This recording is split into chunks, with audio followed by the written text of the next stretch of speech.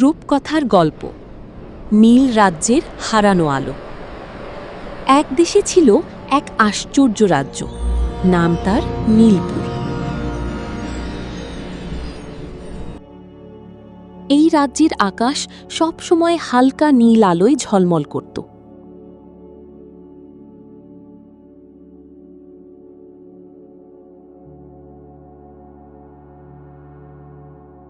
যেন তারারাও দিনের বেলা লুকিয়ে থাকত না। এই রাজ্যের রাজা ছিলেন রাজা অরিন্দম, আর রানী রানী মেঘলা। তাদের একমাত্র মেয়ে ছিল রাজকুমারী ইরা। ইরা ছিল খুবই দয়ালু, সাহসী আর কৌতূহলী। সে প্রাসাদের বাইরে গিয়ে সাধারণ মানুষের সাথে কথা বলতে ভালোবাসত।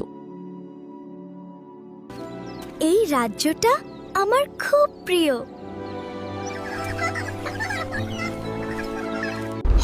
একদিন হঠাৎ করে নীলপুরের সেই নীল আলো ধীরে ধীরে ম্লান হতে শুরু করল।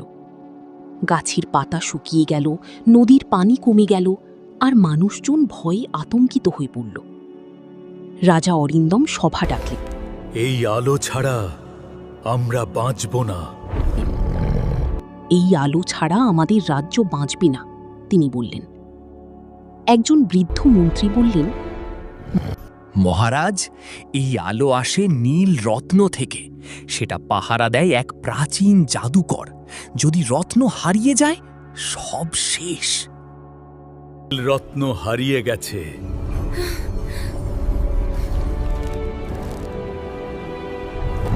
ইরা? সেই রাতেই রাজকুমারী ইরা স্বপ্নে দেখল এক জাদুকর। জাদুকর বলল, ইরা, নীল রত্ন চুরি হয়ে গেছে। এটা ফিরিয়ে আনতে পারবে শুধু তুমি। তোমাকে যেতে হবে অন্ধকার বনের ভিতরে। তোমাকেই রত্ন ফিরিয়ে আনতে হবে।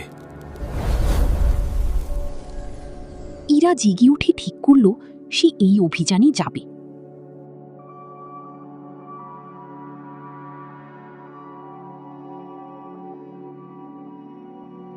ভোর হতেই সে যাত্রা শুরু করল।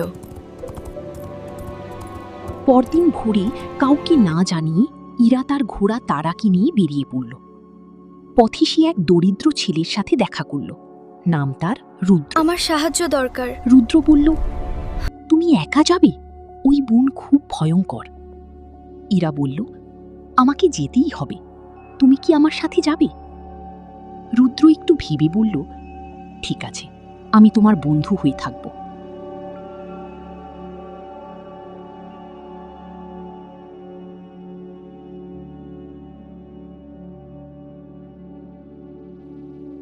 অন্ধকার বন।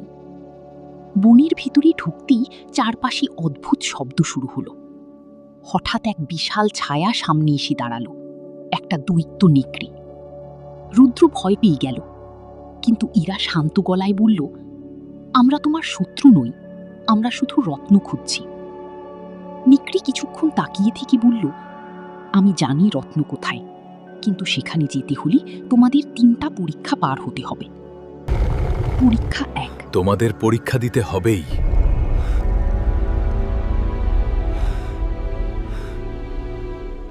প্রথম পরীক্ষা, সাহস। পরীক্ষা 1, সাহস। তাদের সামনে আগুনে ঘেরা একটি পথ তৈরি হলো। রুদ্র ভয় পেয়ে পিছিয়ে গেল। আমি পারবো না।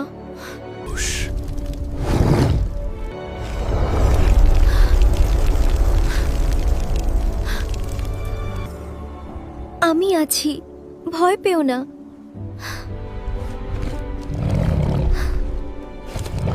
তারা ভয় জয় করল। দুজনেই হাত ধরে আগুনের মধ্য দিয়ে হাঁটল, আর আশ্চর্যভাবে আগুন তাদের স্পর্শ করল না। দ্বিতীয় পরীক্ষা, সততা। একটি স্বর্ণের দরজা খুলল, ভেতরে অসংখ্য সোনা রূপা। ঝলমলে সোনা চারদিকে। এত সোনা!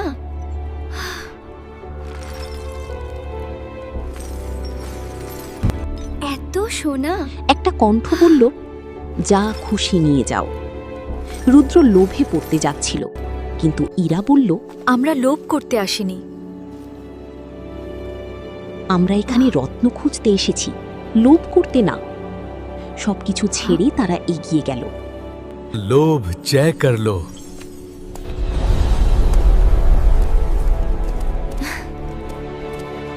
শেষ পরীক্ষা, বন্ধুত্ব।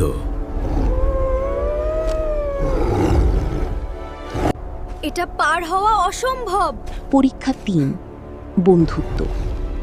শেষে তারা দেখল এক গভীর খাদ। ওপারে যেতে হলে একজনকে আগে যেতে হবে, আর অন্যজনকে খুঁজতে ছুটে হবে। নিতে হবে। রুদ্র বলল, তারা তুমি যাও, একসাথে আমি কাজ পরে শুরু আসব। করলো। ইরা বলল, না, আমরা একসাথে যাব।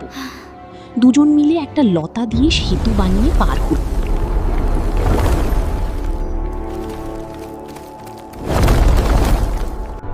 ধীরে, আমি আছি।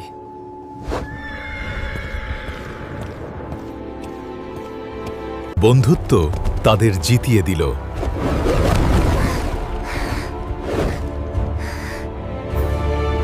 শেষে তারা পৌঁছালো রহস্যময় গুহায়।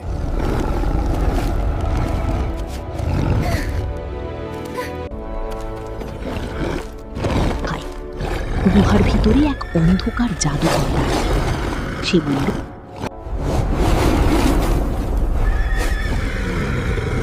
কে আমার রত্ন নিতে এসেছে? এই রত্ন আমি নিয়েছি, কারণ মানুষের লোভ আমাকে ক্লান্ত করেছে। ইরা বলল, ইরা, সাবধানে। আমরা চুরি করতে আসিনি। মানুষ শুধু লোভ জানে।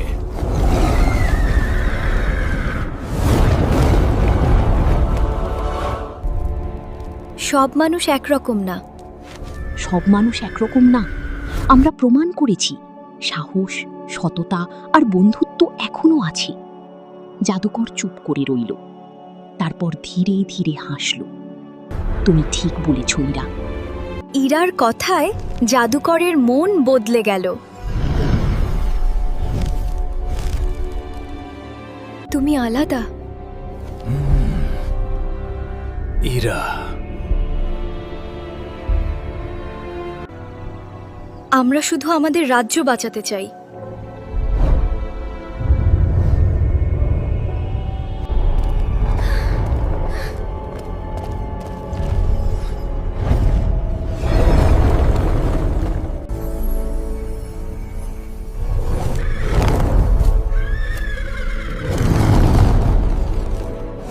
এই রত্ন তোমাদেরই প্রাপ্য। এই রত্ন তোমারই প্রাপ্য। নীল আলো আবার জ্বেলে উঠল।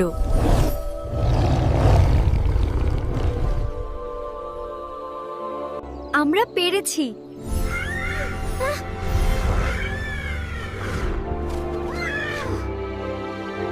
অন্ধকার মিলিয়ে গেল।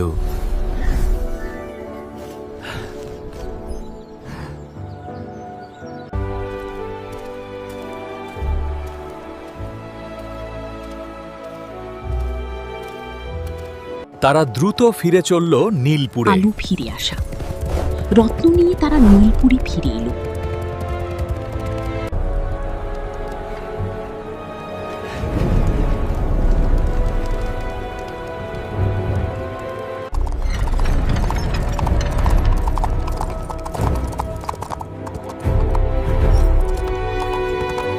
ইরা,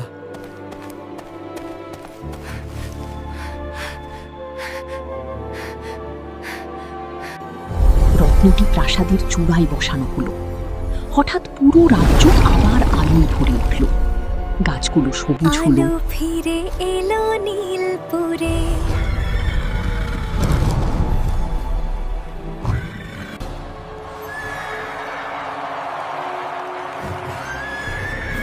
নদী আবার বয়ে চলল।